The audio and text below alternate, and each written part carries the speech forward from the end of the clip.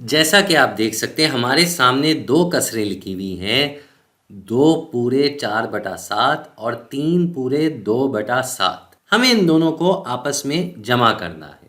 तो ऐसी सूरत में हम क्या करते हैं, हम पहले बड़ों को अलग कर लेते हैं और छोटों को अलग कर लेते हैं। कहने का मकसद ये है, हम ये पूरों को अलग लिख लेते हैं और पहले ये कसरों का मसला हल करते हैं, क्योंकि पूरे तो बड़े आराम से जमा हो जाएंगे, लेकिन ये जो कसरें हैं इसका मामला थोड़ा अलग है।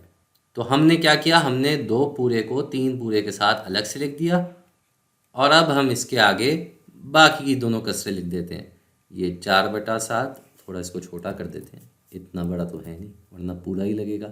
4/7 और इसमें जमा हो जाएगा 2/7।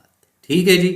अब पहले ये मामला हल करते हैं। तो यहाँ क्या हो रहा है, नीचे का नंबर बराबर है पहले से। वाह भाई वाह, ये तो बड़ा आसान काम हो गया। तो जब नीचे का नंबर बराबर हो तो ऊपर के नंबरों को सीधा सीधा आपस में जमा कर देना होता है। तो ये दोनों कसरें जमा होके क्या बन जाएंगी, 4 में 2 जमा करके बन गया 6 और नीचे 7 वैसे का वैसा आ गया।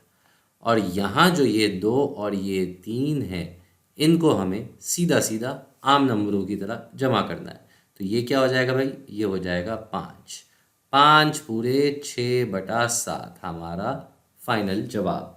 ये तो बड़ा आसान काम था। तो एक और मिसाल कर लेते हैं। अब हमें जमा करना है 3 पूरे 3/5 और इससे जमा करना है हमने 4 पूरे 4/5। ठीक है जी। तो यहाँ भी हम क्या करेंगे, पहला काम हम बड़ों को अलग कर देते हैं। ये पूरे जो हैं ये अलग लिख दिए जाएं। तो हमने 3 के आगे 3/5 नहीं लिखना, हमने ये लिख देना है। 3 पूरे और 4 पूरे आपस में जमा हो रहे हैं और इसके आगे फिर हम जमा कर लेते हैं। पहले हम 3/5 जमा कर लेंगे और फिर हम इससे जमा कर लेंगे 4/5। ठीक है जी, ये बड़ा आसान काम हो गया। तो अब इन दोनों कसरों को अगर हम देखें तो नीचे वाला नंबर बराबर है, यानी कि ऊपर वाले नंबर सीधा सीधा आपस में जमा हो जाएंगे। तो 3 और 4 जमा होके क्या बन जाएंगे, 7 और नीचे क्या आ जाएगा, 5, बिल्कुल वैसे का वैसा।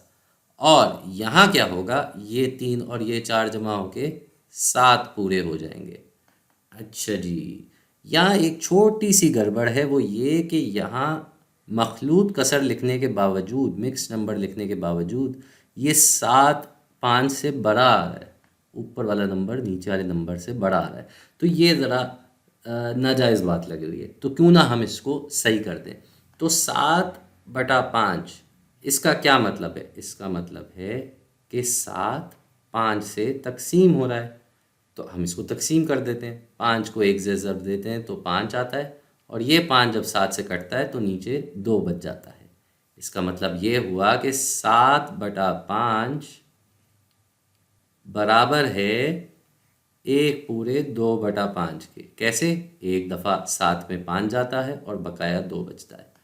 तो अब इसको यहाँ कैसे लिखें, यहाँ तो पहले से ये 7 लिखा हुआ है, तो ये 1 इस 7 में जमा हो जाएगा और ये 7 कट के 2 हो जाएगा, यानी कि हमारा फाइनल जवाब क्या हो जाएगा, 8 पूरे 2/5। ये आ गया हमारा फाइनल जवाब।